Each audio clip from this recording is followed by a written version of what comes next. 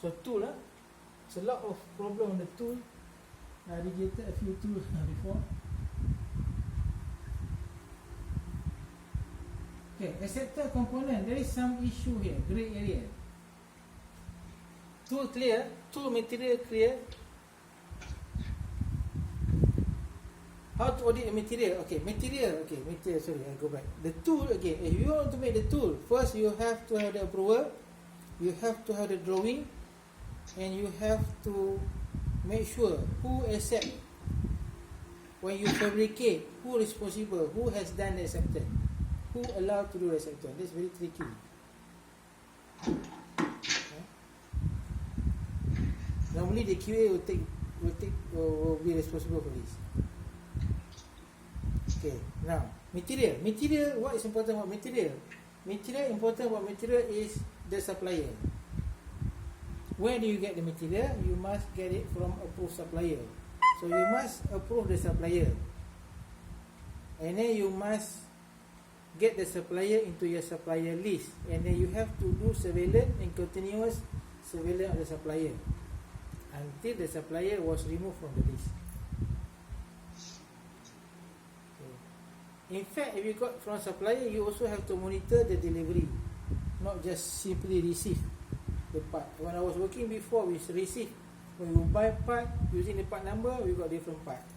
Sometimes we got the same part, look the same, but there are whole misaligned somewhere. So again, you must also check the part. In fact, there is also 8130.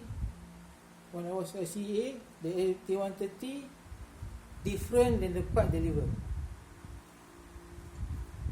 So still you have to audit the way, the method, the process of the receiving part. Not just receive the part, receive 8130, just put in the store. They should have some means of checking, verify the parts. Okay, now talking about acceptance components. So this here, one thing here, A1, component which are in satisfactory condition released on DCAM Form 1 or DCARC. So first condition is CA Form 1. Okay, second, unserviceable component which shall be maintained in accordance with this notice. Okay, unserviceable but maintained by the MRO. That's a category, category 2. Category 3, unsalvageable component which classified according with 7.5 later. Standard part used on aircraft engine part. Material both raw and consumable. Those are the category of the parts. Okay, prior to installation of the component, organization should ensure the particular component is sourced from component classified in accordance with paragraph 7.5a. By derogation of this notice, component other than engine propeller which are in satisfactory condition released on FA 8130-3 or EASA Form 1. Okay, what if the part does not have EASA Form 1, does not have FA Form 1, FA 8130? Okay, next, FA 8130 issued by FA approved repair station. EASA Form 1 issued by EASA Part 15 approval. FA approved repair station, Part 15 organization issuing maintain release document component has been appropriately evaluated and assessed. So these three conditions will not help you, right? Anyone having problem, encounter a problem looking at this requirement?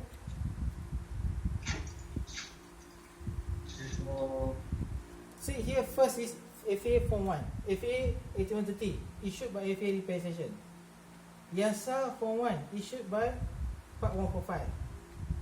FA approved repair station, Part 15 organization issue maintenance release component has been appropriately evaluated and assessed. Okay, you go to some Singapore.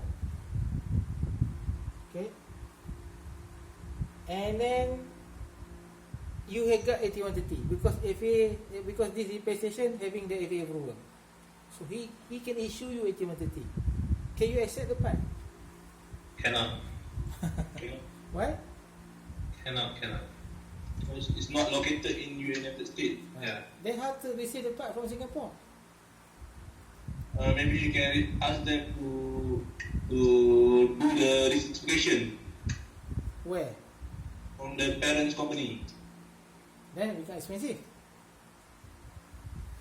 If they have it in US, why not in the US? One company located Singapore, open Singapore, a Singaporean company, they have FAA approval, they can issue 8130. But the address is in Singapore. Yeah, I think it doesn't comply to the. requirement. Okay, this means that only FAA repair station can issue 8130, which can be accepted. Only YASA repair station issuing Form 1 that you can accept, or any other repair station which is approved by authority, has been appropriately evaluated, assessed as approved supplier by the organizations, or you can approve them as a supplier. So during the let's say the policy number 3, the authority have to involve with it. The CAM have to involve with the process of evaluating and assess. No, not involved direct, but you are in the supplier approving process of your organization. So even though not involved, but they will look at your requirements, your policy, your procedure, whether you comply or not, how to assess supplier. So, Professor, does it mean that these 3 criteria, if they fulfill one of it, is considered approved? Yeah. But sometimes you buy 1 or 2 parts, and the supplier is not in Malaysia. Are you going to fly there to approve the supplier? No. See? Yeah. Why I'm throwing you this question? Because there's always been a question been asked by people. So what you need to do is, if you are doing the quality management system, you have to think of how to comply to this. And if you're doing the audit, what is your questions? How do you expect to question this? And what is the condition you can accept this 3?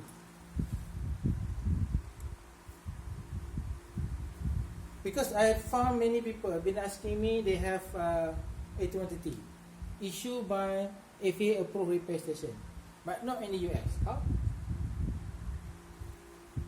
Yeah, I also have this issue. You have issues. Then how you go around it? No, as far as I know, they still insist that it have to be located in US. Then? They don't say even if we do the assessment, let's say the Singapore company, it's still no, unless the company is in US. So that is, as far as I know, is this way. So if let's say that the company is in, even though it's in Malaysia, holding an FAA approval, if issue 8130, it's still unacceptable. Unless it's okay. First, we look at this as an auditor. Audit this requirement, right?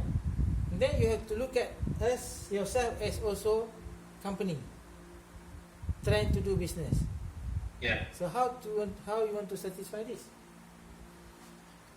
Okay, I'm throwing questions. I have no answers. But many people are asking me these questions. You also have the problem. Yeah. Okay. So for that situation, you have to look at the risk. What is the risk of not complying to this? Why it was written in such a way? So what is the potential mitigation you able to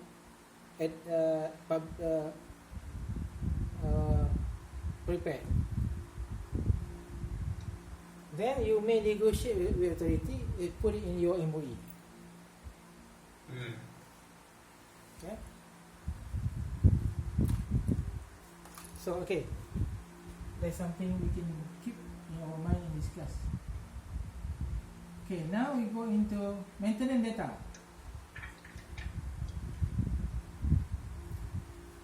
Maintenance data is all the manuals, repair manual, maintenance manual, everything that you need to do the work. So what is important here, what is been always the problem is the availability. Available or not available. For big organization, yes, they have access direct. For small organization, you may not have access to this maintenance data. So you must, for this situation, for you to be able to get maintenance data all the time during the contract, when you're receiving part, when you're being contracted to do work for them, put in the clause there, they have to provide access. It's acceptable if the customer able to provide the current maintenance data. Not necessarily you having it, at least get access to it. Yeah. You can see here, in the case of maintenance data provided by an operator or customer, okay, the organization should hold the data when the work is in progress. Only thing is, during the progress of the work, you have access to it. Yeah? Okay. Next, maintenance data. Okay, maintenance data. Again, how you want to make sure you got the maintenance data? If they own the maintenance data, you should have the master data list, master manual list. You have to have a database where we have a column of the document number, document description, and then where are the location, who are using it, what are their revision status. If you having it with you, if you're not having with you, you also need the list. What are the document you have access, document number, and then document description for what activity, maybe related to job order. Because you got access only for that particular, you must relate at least to job order, work order, and then the duration and time of the access. Maybe from 1st July to end of July. So it means that when you do the audit, say any activity within that month, you know that the data is not there.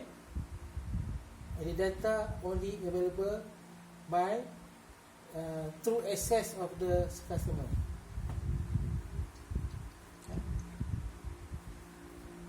If you got any warranty claim, if you got anything in future, at least you're aware. You have the record, you have the database that you not having the data with you, you're having the access from period to period. You also need to lock down the revision status of the document you access. Because remember, the document number and the revision status will be put by certifying staff. The job has been done according to this manual, reference number blah blah, revision blah blah blah. So if there are any inquiry, if you are part of QA, you are auditor, you are also part of QA, if there are any inquiry, any warranty claim, you go back to that manual of that revision. If you miss that, you do not know which manual you can use and where you get the manual. Okay. Question no. The next, production planning. So organization should have a system appropriate to the amount and complexity of work to plan availability of necessary personnel, to equipment, material, maintenance data. So, and the planning of the maintenance tasks. So I encourage you all to learn Microsoft Project. Yeah? Microsoft Project is a good tool for you to be able to manage any of the maintenance activity. So maintenance activity is a project. You know why it's a project? It's a short term. Anything which have start time, end time, is a project.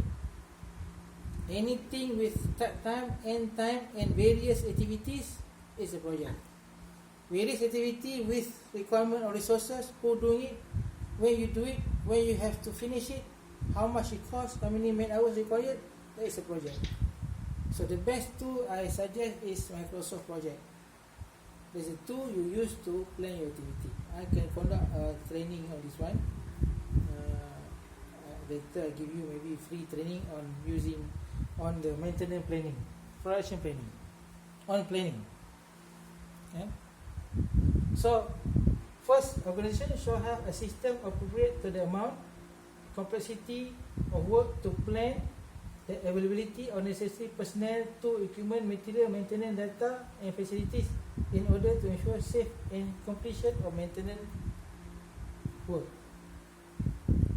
So the planning, maintenance, task, organizing shift shall take into account of human performance limitation. So you must develop your man hours. What is your best performance? 6 hours, 8 hours, 6 hours break, 2 hours, another 6 hours. That is up to you. And then when required handover to continuation of the completion of maintenance task, then you have to have this handover project sheet or handover task list, and handover briefing, handover meeting, depending on the complexity of work. You're talking about one component, maybe just talk to the person personally. But QA, you must have the evidence. If I'm doing the work, I go off for the shift, someone take over the shift, continue work, it must be evident that I took over and I was briefed what it was done, what has been done. So that those are in the production planning. Performance of maintenance, when you do the maintenance, okay. So I think this is quite standard. You do your activity. After completion of maintenance, a general verification is carried out. You have to verify. You have to have any error capturing method. Maybe dual inspection is one of it. And you have to look at what are the risks of multiple error, damage. So those are standard, typical maintenance activity. Certification of maintenance release, I think it's quite straightforward. And Professor. Yeah. I just want to see the performance of maintenance is the organization procedure for the workshop. So basically in the organization, for the workshop procedure or on the workflow and everything. So does this procedure have to come from the QA or from the workshop itself? Okay. You go back to the fundamental of quality management system. Yeah. The fundamental of quality management system, they do not write procedure. Okay. But they improve procedure if there are any based on their audit findings, surveillance findings. Okay. So the best who know the procedure is the person doing the work itself. So the production has to do it. The QA put into the element of the compliance. Understand. For example, double check. Okay, for example, this error capturing method. So in the process, there are process 1, 2, 3, 4.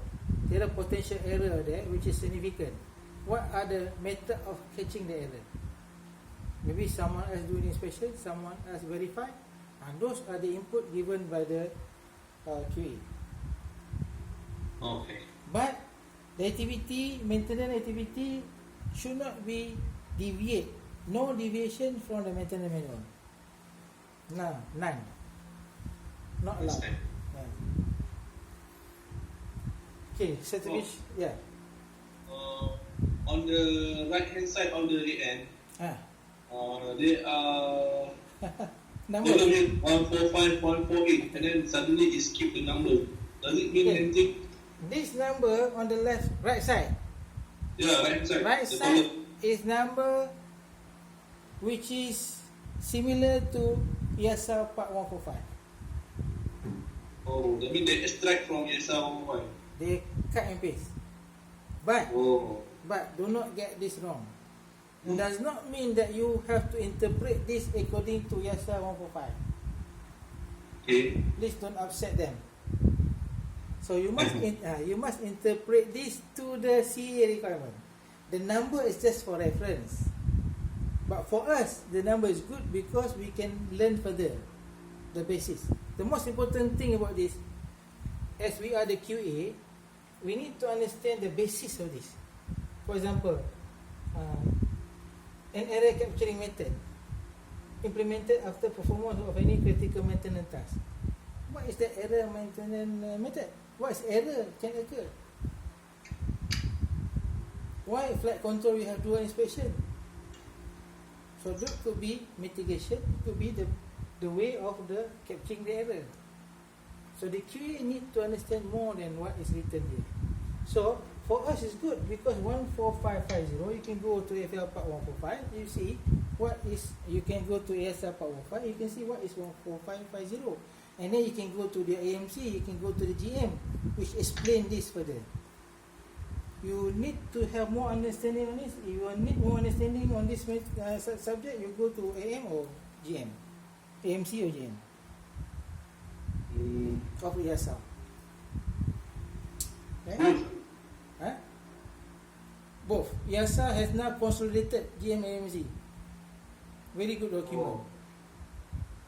For 445, for 21, for now even they have part CAMO, part COA, part C10, CS10, many. They come out with many things.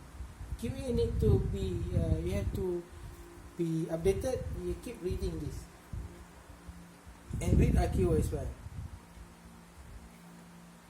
So Billy answer the question. So that is a responsibility of the person doing the work. The quality only looking at the aspect of compliance. Okay, understand. Certification maintenance, we have maintenance record. Yeah, Billy was talking earlier about records. We have to have the record. Everything must be recorded. Record must be retained. Record can be in digital, can be hard copy, that's up to you. If you've got hard copy, you must have system for hard copy. If you have digital, you must have system for digital.